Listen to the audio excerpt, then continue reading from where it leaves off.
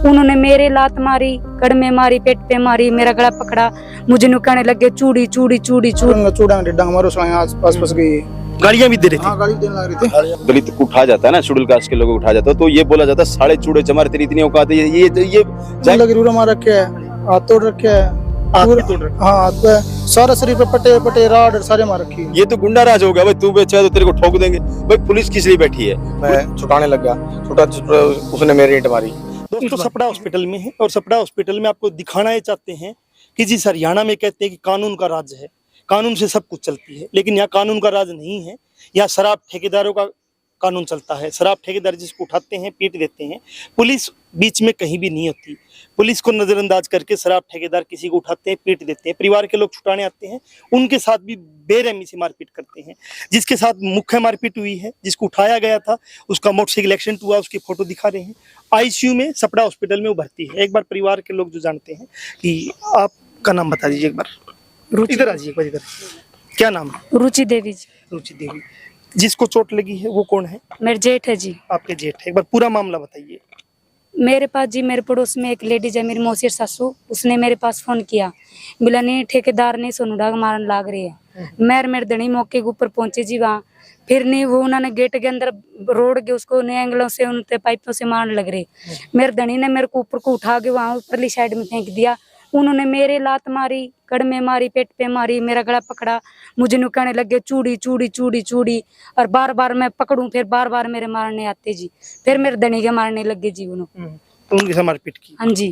तो आप वहाँ थे सर, एक बजी तरह जी ये थे। आपको भी चोट लगी? आप भी जी? आपका क्या है?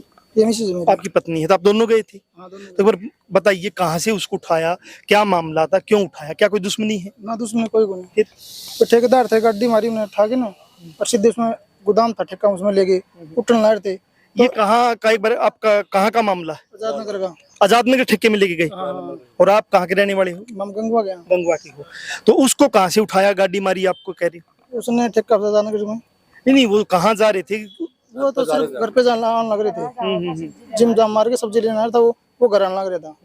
उन्होंने बैठा के ठेका में ले गए। फिर मेरे पास फोन आया, हम दोनों गए, मैंने इसको उठा के उसके अंदर फेंकी है, ये छोटा, वे वापिस मेरा ऊपर कूद गए, मेरे मारने लग गई। फिर ये मेरे बड़े आगे सारे अड़ोस पड़ोस के दुकानदार बहुत इकट्ठे हो रहे थे। अड़ोस पड़ोस के होते, फिर और लोग भी आगे। हाँ, तो वो कौन लोग हैं जिन्होंने, मतलब कितने लोग थे? एक तो दिल्लू है, उसने तो पहचान दिया था, बाकी अन्य थे, कोई 8-9 अन्य थे। दिखाने के बाद वही मारो चूड़ा डंग मारो आस-पास गई। गालियां भी दे रहे थे? हाँ, गाली देने लग रहे थे, खूब गाली काटी उन्होंने। लोगों ने वीडियो बनाई बड़ा मौका तो पे। आपके जो भाई है जिसको चोट लगी है, उसकी भी हालत क्या है? उसकी हालत तो आईसीयू में, बहुत नाजुक है। तो कहाँ चोट लगी? उसके सिर में लगी रूरा मार रखे है, हाथ तोड़ रखे है, हाथ भी तोड़ रखा? हाँ, हाथ पे सारा शरीर पे पटे पटे राड सारे मार रखी है। तो आपने फिर क्या किया, मतलब मारपीट हो गई, आपने पुलिस को नहीं बोला कि ये ऐसे ऐसे उठा हम तो वहां से लिया गए, सिविल में गए हमने, तो सीरियस हो रहे तो इसको लाए भाई ने, मेरे ताऊ का लड़का भी आ गया मौका पे, इसको ही मारे। इसको मारे? आप एक बार आ गए जी सर। सर आपका क्या नाम है? मंजीत नाम है। तो आपको भी चोट लगी है? एक बार बताइए आपको चोट कैसे लगी? ये मैं वहाँ से, ये अंदर से मेरे भाभी के मार रहे थे, और मैं वहाँ से परली रोड पे था, वहाँ से मैं सीधा आ गया, देख रहा था मेरे भाभी को मार रहे, तो इसलिए मैं छुटाने लग गया। छुटा उसने मेरी ईंट मारी। ईंट मारी? किसने मारी ईंट? कौन था ये? नाम तो पता नहीं उसका, मुझे पिछाड़ दूंगा वैसे।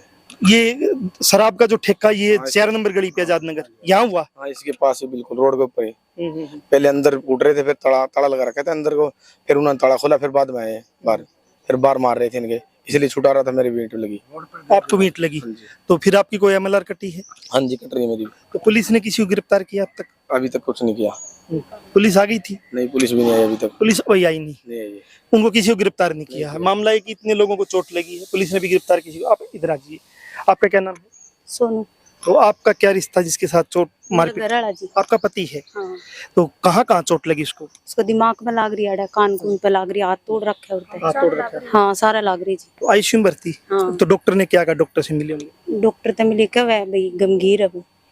हाँ। तो पुलिस ने किसी को गिरफ्तार किया है आपकी जानकारी है? ना, कोई पुलिस आई नहीं जी।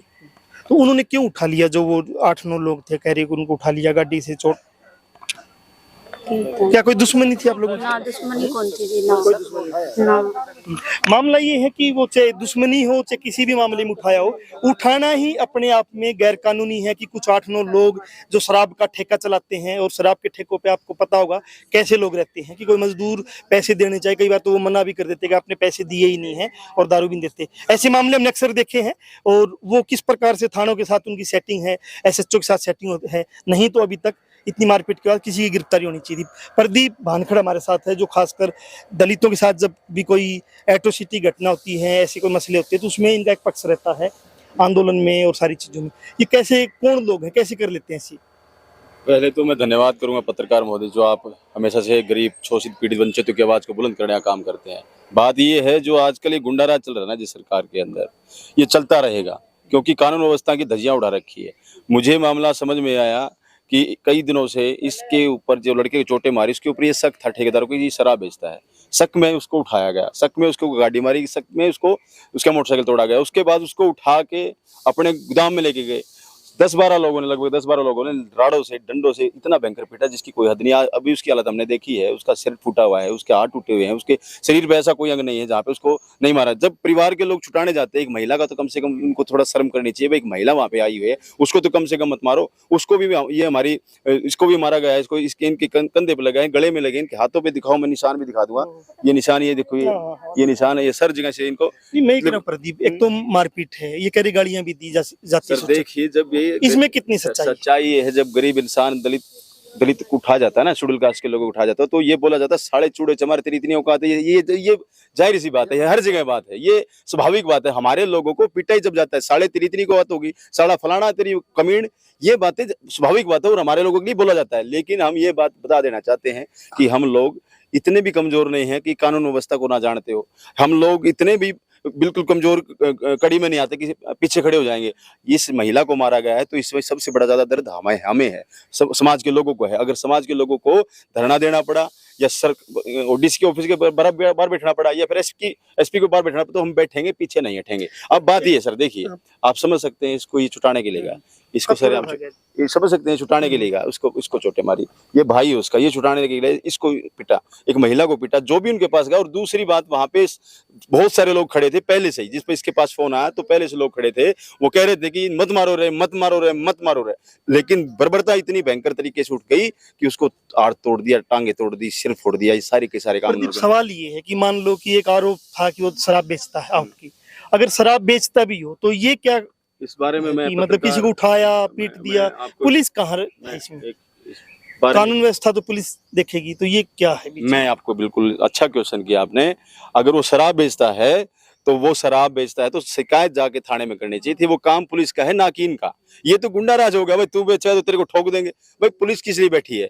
पुलिस के उसके ऊपर पर्चा दर्ज करती, उसको पकड़ती, उसकी शराबें पकड़ती, उसको जेल के अंदर डालती। ये काम पुलिस किया, ना कि उन लोगों का। ये तो सरेआम गुंडागर्दी सर। ये देखे, मैं आपको फिर एक पुराने एपिसोड में लेके जाऊंगा, 2021 का, जब इसी शक में 17 लोगों ने एक वाल्मीकि भाई को, दो वाल्मीकि भाई थे, उनको पीटा गया। मीर का बता रहा हूँ, मीर का ही, उसमें इतना पीटा जिसकी उसकी हत्या होगी, उसकी मृत्यु होगी। तब जाके 14 दिन तक हम वहां पे बैठे, जब 17 लोगों को हमने उसको पकड़वाने का काम किया। आज अगर ये नहीं पहुंचते तो उसको मार ही देते। एक उसको लठ लग जाता, कहीं ऐसी जगह लग जाता तो उसको मरी गया था, मरने के कगार पे भी है वो। ऐसा नहीं कि उसकी हालत बड़ी गंभीर है, वो आईसीयू में है। अगर ऐसी कोई घटना घट गई तो फिर वो बचेंगे नहीं। हमारे लोगों को उठाया गया, तो हमारी मांग सीधा जो यहाँ पे एसपी साहब बैठे हैं, उसको सीधा आपके चैनल के माध्यम से कहना चाहते हैं कि तुरंत प्रभाव से पर्चा दर्ज किया जाए, तुरंत प्रभाव से उनको गिरफ्तार किया जाए।